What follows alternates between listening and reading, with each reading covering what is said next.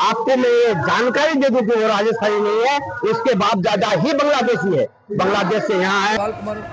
वो सबसे माफी मांग ले शेषावादी बिरादरी से और बाकायदा प्रेस कॉन्फ्रेंस करके माफी मांगे, यही एक उसके लिए इलाज है। और लोग बैठेंगे, शेषावादी एसोसिएशन के लोग बैठेंगे, अगर जरूरत पड़ा तो हर जगह हर थाने में एक FIR भी दर्ज होगा। हम लोग उस पर न यहाँ का कोई हिंदू उस पर यकीन करता है, न ही मुस्लिम, न ही शेषावादी, न ही सब उसके अगेंस्ट। हाल ही में फिर से वो दो दिन पहले ही NDTV TV9 भारत पर उन्होंने एक बयान दिया कि जहाँ मतलब उनका मेन मंशा था कि शेषावादिया और सुरजापुरी को अलग करना या फिर मतलब उस प्रोग्राम में नहीं आने देना, क्या ये मंशा उनका कामयाब रहा? आप देख रहे होंगे, हाँ 60% ज्यादा यहाँ सुरजापुरी है, और आप गिन लीजिए, यहाँ भी खड़े हुए गिन लीजिए, 100 में 60 आदमी सुरजापुरी होगा। क्या सुरजापुरी इससे अलग है? हम सुरजापुरी हैं, जितने विधायक गण थे सभी सुरजापुरी हैं। हम सुरजापुरी शेषावादी, हम हिंदुस्तानी हैं, हम सुरजापुरी शेषावादी भी नहीं है। हम हिंदुस्तानी, और हिंदुस्तान के खिलाफ, हिंदुस्तान की मिट्टी को जो तोड़ने की कोशिश करेगा, यहाँ के स्वार्थ को बिगाड़ने की कोशिश करेगा, यहाँ का सीमांचल के लोग एक साथ होकर, एकजुट होकर एक साथ रहेंगे। सर अभी भी आप भी कहीं ना कहीं प्रतिनिधि हैं आपके पंचायत में, या कहीं आप ऐसा देखे होंगे कि मतलब जो बांग्लादेशी घुसपैठी की बात करते हैं और टारगेट करके बात करते हैं, कहीं आप कहीं नजर आया है बांग्लादेशी की यहाँ पे है फलाना जगह में? बेहद खुशी की बात की SIR का काम चल रहा है, वोटर लिस्ट में निरीक्षण का काम चल रहा है, गहन निरीक्षण का काम चल रहा है। अगर गहन निरीक्षण में कोई भी बांग्लादेशी आता है तो उसके कमर में रस्सा भी लगना चाहिए, उन्हें जेल में बसना चाहिए। लेकिन इलेक्शन कमीशन से मैं गुजारिश करूंगा कि SIR के बाद कोई राजनेता, कोई पार्टी के लोग हमारे सीमांचल को घुसपैठिया बताएगा तो ऐसे लोगों पर केस भी दायर होना चाहिए, ऐसे लोगों को इलेक्शन से बाधित प्रतिबंधित इलेक्शन में लगाना चाहिए। क्या लग रहा है सर इस प्रोग्राम के बाद गोपाल अग्रवाल के जबान पे लगाम लगेगी?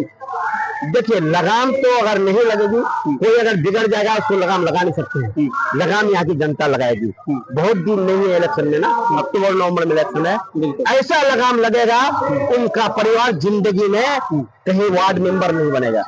वो दिन दूर नहीं है, 3 महीना का वक्फा है, 3 महीना बाद दूध का दूध पानी का पानी होने वाला है। अच्छा मुखिया जी, एक बात और कि जैसे कि पूर्व विधायक बोल रहे थे मदरसा के तालिबानी पढ़ाई के बारे में, तो क्या लगता है आपने किसी ऐसे मदरसे को देखा जहाँ तालिबानी या अदर सब्जेक्ट का पढ़ाई हो रही है? बेहद किसी की बात या दुख की बात तो यही है कि जब हमारे लोग पढ़ लिख कर सब जगह जाते हैं, आज ठाकुर बाजार में देखे होंगे हमारे दुकानदार, हमारे भाई लोग जैसी दुकान करते हैं, उनके आंख में कीड़ा गड़ता है, हमारे लोगों की तरक्की देखो। अब वो दिन दूर नहीं है, वो लोग बदल गए हैं। एक दिन ऐसा था बाबूजी बाबूजी बोलता था, गोपाल बाबू, ताराचंद बाबू, वो दिन हट रहा है। देख रहे हैं हमारे युवा साथी, किसी को बाबूजी बोलने वाला नहीं है, ये उनको खटक रहा है। मैं ये बता दूं कि वो कई वक्ताओं ने बोला कि वो राजस्थानी है, आपको मैं ये जानकारी दे दूं कि वो राजस्थानी नहीं है, उसके बाप दादा ही बांग्लादेशी है, बांग्लादेश से यहाँ आए हैं। अगर वो राजस्थानी है तो उसका दादा का लाके दे दीजिए जानकारी। आप लोग भी चेतावनी दे रहे हैं उसको कि मतलब उनका मतलब उनका भी तो निरीक्षण हो रहा है सर, उनका भी तो अगर निरीक्षण होगा उनका भी नाम आ गया तो बांग्लादेशी कहाँ से होंगे? ठीक है, मैं तो वही बोलता हूँ कि मैं मेरा SIR होता है तो मैं बांग्लादेश का हूँ। आपके दादा अगर आए होंगे 50 साल पहले, 100 साल पहले, आपको सिटीजनशिप मिला? अगर उसको भी मिल सकता है तो हमको क्यों नहीं मिल सकता? फिर हमारे लोग बगल के राज्य के, मुर्शिदाबाद के, मालदा के लोग यहाँ के बसे हैं। मेरी उम्र 50 साल हो रहा है, मैं इस गांव को 50 साल से पहले से, मेरी पैदाइश के पहले से है, मैं पैदाइश के जब से होश संभाला हूँ, यही लोग मेरे यहाँ काम किए हैं, मेरे घर बनाए हैं।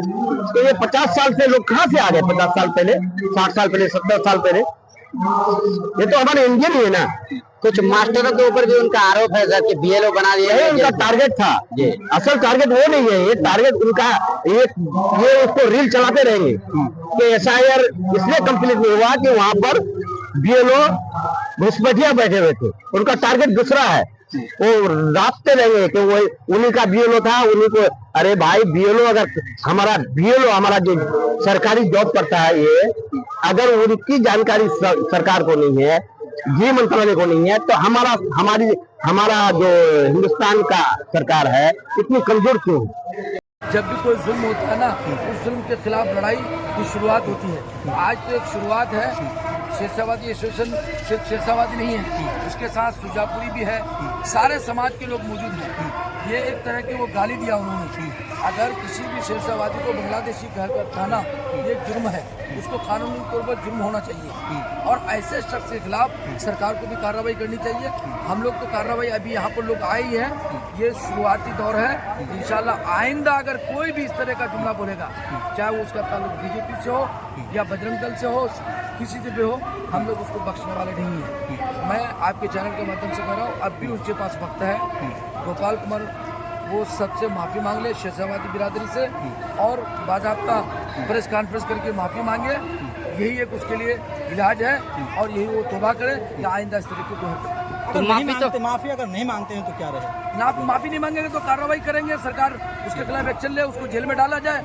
ऐसा आदमी जो भी हमारे यहाँ का गंगा जमनी तहजीब को तोड़ने की कोशिश करेगा तो उसके लिए तो रास्ता जेल है, उसके लिए मुकदमा है, उसको कोर्ट का अदालत के चक्कर काटने पड़ेंगे, कोई भी हो। ये जो बयानबाजी कर रहे हैं, ये चुनाव के समय में क्यों कर रहे हैं? ये राजनीतिक तौर पे कर रहे हैं या फिर और का मंशा? देखिए, असल में जमीन उसकी खसक चुकी है, उसके पैर के नीचे से जमीन खसक चुकी है। वो कई बार चुनाव लड़ चुका है, एक मरतबा मुश्किल से लोगों ने यहाँ के हिंदू मुस्लिम सिख ईसाई सब मिलकर के, चाहे सुजापुरी और शेरशाहवादी सब मिलकर उनको जिताने का काम किया, तो उसका दिमाग बहुत ऊपर चढ़ गया है। लगातार कई मरतबा वो हारते हुए आ रहे हैं, तो अब वो अपनी खोई हुई ज़मीन को वापस लेने के लिए, खोए हुए वकार को वापस लेने के लिए वो चाहते हैं कि इस तरह का बयानबाजी करेंगे ताकि हिंदू वोट मेरे तरफ पोलराइज हो जाए। ये बिल्कुल नहीं है, वो किसी का नहीं है, जो अपने बाप का नहीं है वो किसी का नहीं हो सकता। इसलिए हम लोग उस पर, न यहाँ का कोई हिंदू उस पर यकीन करता है, न ही मुस्लिम, न ही शेरशाहवादी, न ही सुजापुरी, सब उसके अगेंस्ट। लेकिन सर सुजापुरी यकीन नहीं करते हैं, लेकिन उन्होंने तो कहा, मतलब बयान आया उनका कि सुजापुरी को वजूद हमने दिलाया, हमारे बाप ने दिलाया। अरे यार, पहले वो अपने वजूद को देखे। देखिए, एक बात है, कोई किसी के घर में चला जाता है, अब उसको कह दे कि हम आपके घर में आए हैं आपको वजूद दिलाने के लिए, तो ये बात समझ में आनी चाहिए कि हमारे घर में आकर के हमको करो, हम आपको वजूद दिलाने आ रहे हैं। तो ये तो बेवकूफ़ी है, सब समझ रहे हैं। वो तो सुरजापुरी के नाम पर ढोंग रचाया है, सुरजापुरी के नाम पर फिल्म बनाता है, सुरजापुरी के नाम पर पार्टी बनाता है, सुरजापुरी के नाम पर न जाने क्या क्या करता है। ये सब ढोंग है, ड्रामा है, बकवास है, अब वो चलने वाला नहीं है। सुरजापुरी सिर्फ किशनगंज नहीं, पूर्णिया में भी है, अररिया में भी है, ये पूरा सुरजापुर का खित्ता है। अब मैं बता रहा हूँ, जो शेरशाहवादी भी है वो भी सुरजापुरी है, सारे सब मिलकर के जो शेरशाहवादी है वो भी सुरजापुरी है।